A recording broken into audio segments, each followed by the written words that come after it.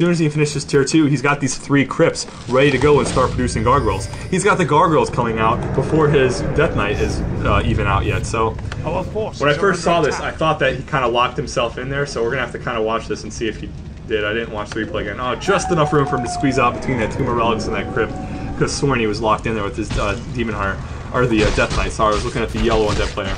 Now let's take a look at the teal Night Elf player versus the green undead player here. Now, this is the big benefit of going Dreadlord first. You can kind of get the jump on your opponent and use Sleep Surround on here, but obviously it doesn't work so good versus Demon Hunter when you're getting all your mana burned away like there. And he actually lost, I think, 2 ghouls to that encounter there. So definitely not a good idea to lose your ghouls to that. Now check this out, the yellow undead player at tier 2 now, producing gargoyles, and both the other undead players, the purple and, or sorry, the green player started his tech a little bit earlier. I think the purple's going to start his just now. Okay, there he goes. He just starts his tech right now, and they're just now starting their tier 2 tech. So no matter what they do, even in ideal situations, they're not going to have the tier 2 finish so where they can make web to counter these cards. So the bigger part of this strategy for the yellow undead player, and this is the same undead player by the way who did this strategy in the other replay, they're just under different account names, is you want to creep your Death Knight to level 3 as fast as possible. So he's got a very specific creep pattern. He's communicating really good with his teammate, and he knows exactly what creeps he can afford to creep with his teammate and when he has to creep without. Since they're doing relatively large camps since they're together here, and because they have the gargoyles out to kind of hit these units, hit a lot of the ground units without being fear of getting damaged, they can creep these kind of harder creep camps relatively early on. So as soon as his Death Knight gets level 3, which is going to be right about now, Death Knight level 3, he's going to be able to finish off this creep camp, and then immediately he's got 10 to 12 Gargs out right now, where he's going to have them relatively soon, on his way to start harassing. Because right now, he knows in his mind as an undead player that the other undead players, if they're going regular strategies, are going to be either in the middle of their tech, in which they are, or they're going to be just finishing their tech and building up tier 2 buildings. So hitting them is a really good idea, because you're going to delay the advantage they had from teching early like that, or teching relatively quickly, or you're going to, be able to hurt their economy by taking out all their acolytes while they're still teching, and either force them to cancel their tech if they're halfway through with it, or have to rebuild all those acolytes. Either way, if you kill those acolytes, even if their tech is done, they're going to have to rebuild those acolytes, and that's time that they're spent not mining gold, and gold wastes on recreating them. So it's kind of a pretty good tactic here. So he caught his green undead opponent.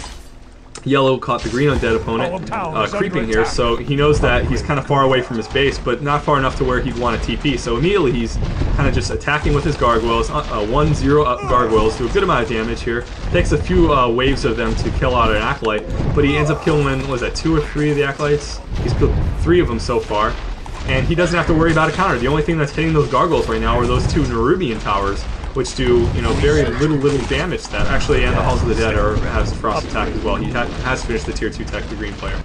But notice as soon as the purple undead player sees that they're going to be up against Garg this early on, he immediately starts researching web.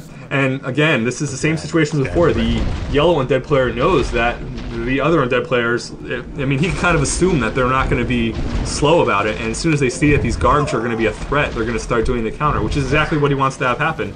So all the time while they're researching web, he stopped his gargoyle production and is considering his ghoul production.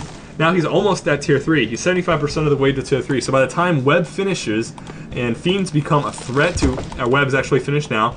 So by the time the fiends are actually now a threat to these gargoyles, he's going to have a sizable ghoul army with frenzy upgraded. And frenzied ghouls, obviously, again, just like as the last game, are a really good counter to these fiends. And at the moment, those fiends and the ghouls are going to be the only threat here to the yellow undead player.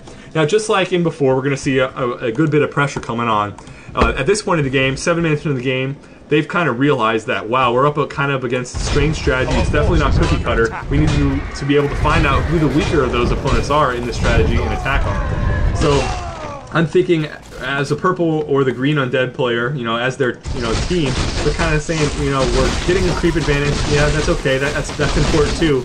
But we need to somehow put the pressure on this and stop the strategy from doing what it's doing, which is exactly what they want. Their strategy is working out how they want it to do. They're making the counter to it in fiends, although they were making fiends from the beginning, but you know, they're kind of instinctively preemptively actually making these counters to these gargoyles, which is exactly what the yellow undead player wants. And he's able to creep relatively freely and get his Death Knight up relatively high. I mean, I guess he's gotten some experience. He's not level 4 yet, but he's 75% of the way there, and he's got his Lich out now at tier 3 early on with this Orb of Corruption. This Orb of Corruption this early on is going to be detrimental. I mean, you know how effective it is when undeads naturally get that at their regular tech speed. To get it under, you know, 8 minutes into the game is pretty powerful stuff here. So in solo strategies, you definitely see the undead player trying to level up his Lich solo, but in this case, he's just bringing his Lich along with his Death Knight. Had he moved his Death Knight out a little bit further, we probably could have seen a level 2 Lich by now,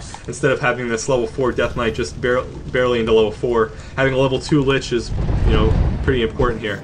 So he's going to go in with his gargoyles and try to harass some of the purple undead players, lumber ghouls. Now, in a general undead strategy here, especially one that's going fiends, he's not going to produce a lot of gargoyles. So to force him to recreate a few, ghouls, he's not going to go a lot of ghouls. So to force him to recreate lumber ghouls is going to be detrimental to his kind of lumber production. And as NNA tech production, lumber is very, very important. So we got a big fight now going on at the undead base. This is kind of a worst case scenario thing. This is something that you don't want to have happen, is have all this pressure put on your base without any towers built finished. So he immediately starts upgrading his spirit towers, thinking that if he's not able to defend this, that the spirit towers will help him if they decide to pressure on.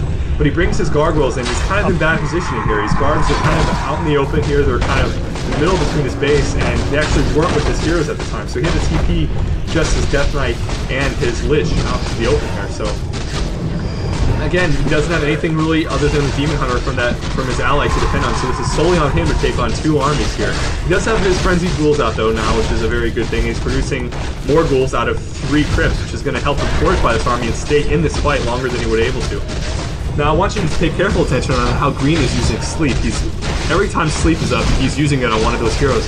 And whether the yellow undead player decides to let Sleep last its full duration, or if he allows one of his units to try to wake up one of his heroes that that has been slept. Either way, he's kind of it's kind of forcing him to do more things. Sleep is very easily counterable. All you have to do is attack the unit that's slept to wake it up. So you can do that with a skeleton, a low damage skeleton, or in 2 cases you've seen the yellow player actually do that with his Lich. So he's kind of forcing himself to do damage on his own hero using that sleep. Although it's not a lot of damage, just waking him up, you know, it's definitely something that's kind of an annoyance more than anything. So the Niner player brought in a few wisps, again, just to kind of detonate and kind of make mana not an issue here. That's kind of his job here, is to kind of